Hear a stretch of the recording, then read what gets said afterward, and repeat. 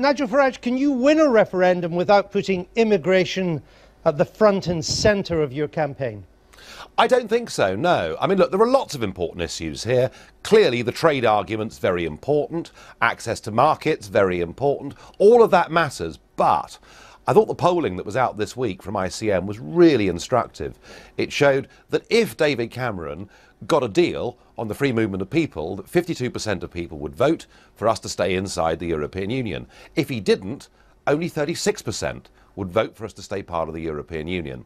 So to me, you know, what this referendum is really all about is, are we governing our own country? Are we in control of our lives and our destiny? And a key part of that is, can we control our borders? Ken Clarke today has accused you of exploiting the migrant crisis for the purposes of your referendum campaign. What do you say? Well, I'd say to Mr. Ken Clarke that in April, I predicted this. You know, before the Great Flood came across the Mediterranean, I predicted that the EU's common asylum policy was so badly worded and drafted that it basically said that anybody that put foot on European soil would be allowed to stay. And predicting what is going to happen is not the same as trying to exploit something. But I do think there are genuine security fears that the British people have.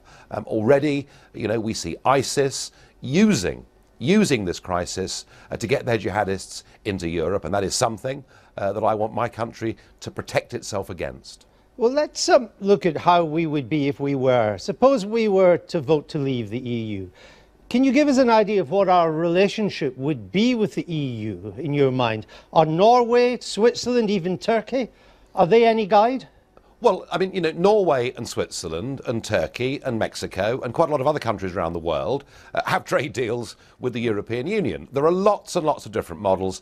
I would want us to have our own bespoke trade deal with the European Union. I say that because, you know, we're not Norway, we're not Switzerland. We're actually the most important export market in the world for the European Union countries and Eurozone manufacturers. And, you know, I'm very much along the lines of Lord Digby Jones, the former Labour Trade Minister, who says, look, you know, this is so much in the interests of the German car industry that a simple free trade agreement is a very simple thing to do.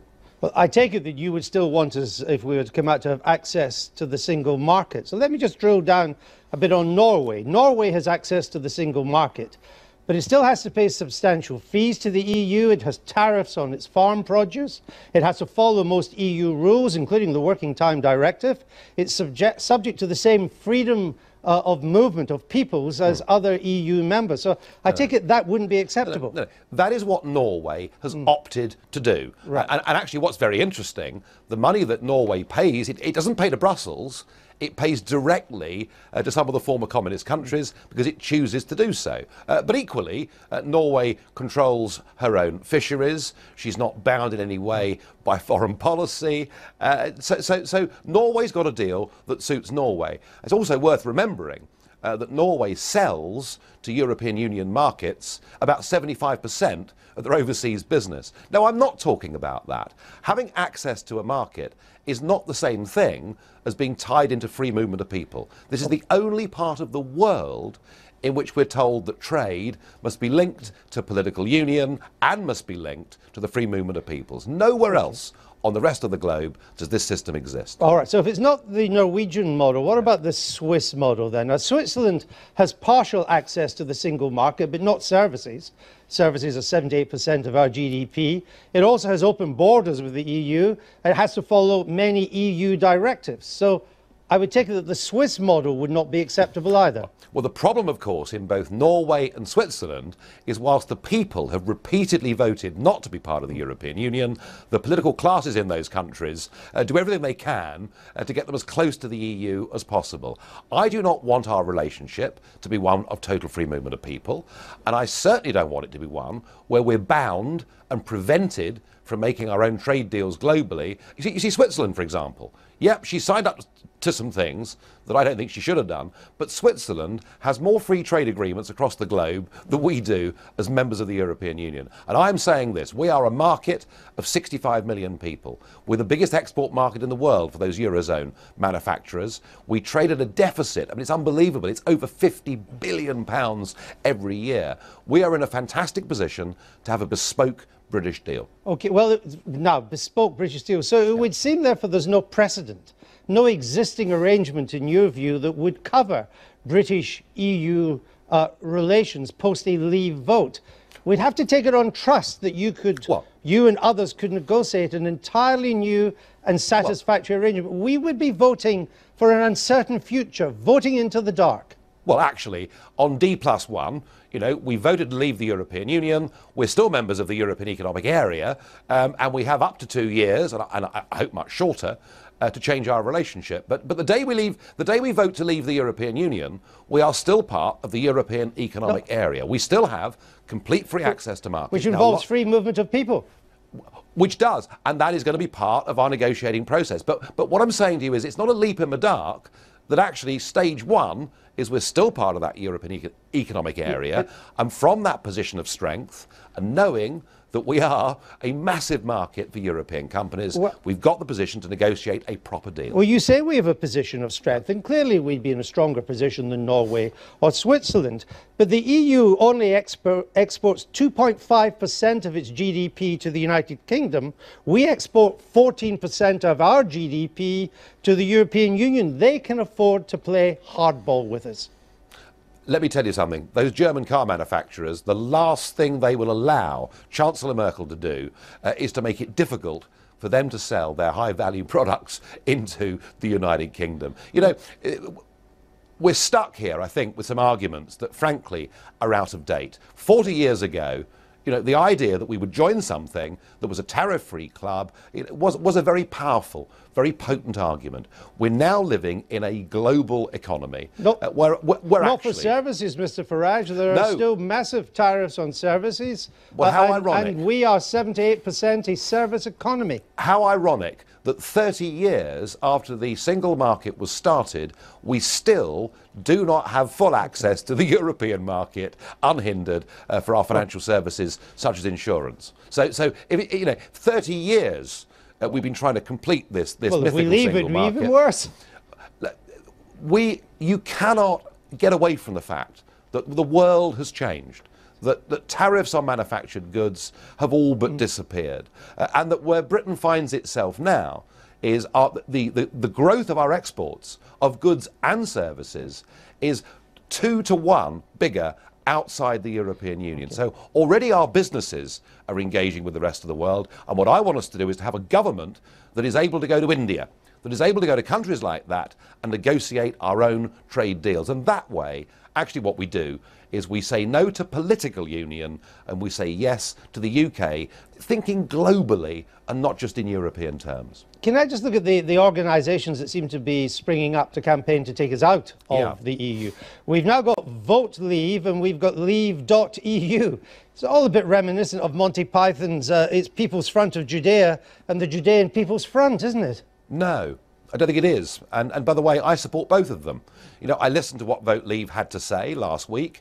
They're a Westminster-based group making business arguments, arguing, as I've done in this interview, for us to be free to make our own trade deals. You know, that is of value. Leave.eu is an entirely different thing, aiming at a completely different audience. You know, they are talking about the ability to control our country, the ability to control our borders, and they're reaching out to millions of ordinary people, employing business techniques, the likes of which have never been seen before in British politics, and they've signed up over 200,000 people in the first 8 weeks of their existence. These are two campaigns that are actually going for different market audiences, and I don't see them as contradictory. Actually, I see them as complementary. Well, they may be complementary, but they're not complementary to each other, using a different word, complementary. Yeah. Nigel Lawson, he heads up the Vote Leave group. He implies that your lot, Leave.eu, represent xenophobic voices. The man bankrolling Leave.eu says Vote Leave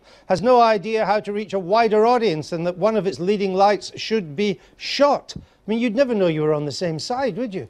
Well, I mean, let's deal with Nigel Lawson first. You know, I thought what he said was wholly unnecessary, damn rude. But despite that, I'd share a platform with him tomorrow if we can get together to get Britain out of the European Union.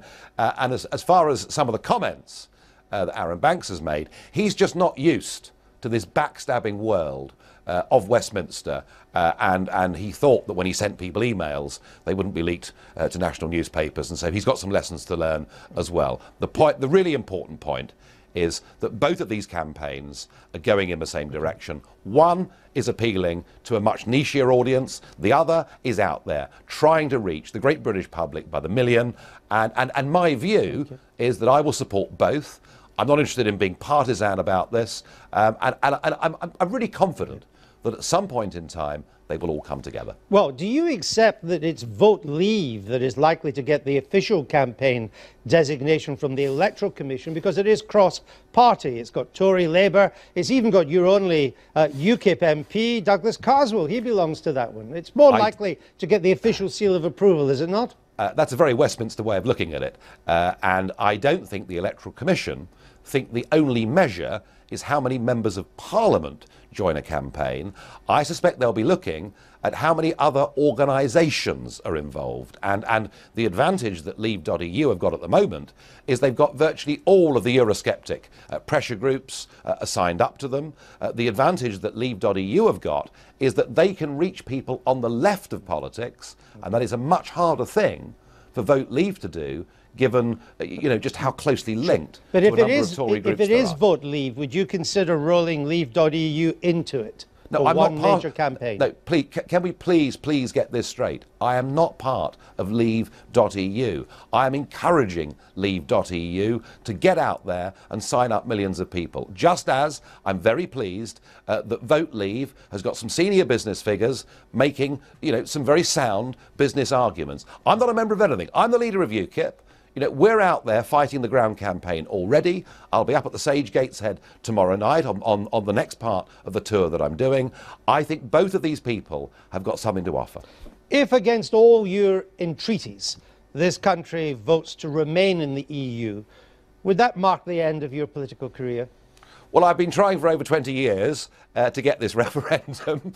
We've now got it. I think we've a better than sporting chance of winning it. And I have to say, I'm not even going to contemplate failure. I think that when you see tomorrow the In campaign launch, what you will see are a group of yesterday's men and big corporate businesses. And I think on our side of the argument, we've got the dynamic argument for being a self-governing democracy. We've got the global argument that the world is changing. And I genuinely think we can win this referendum.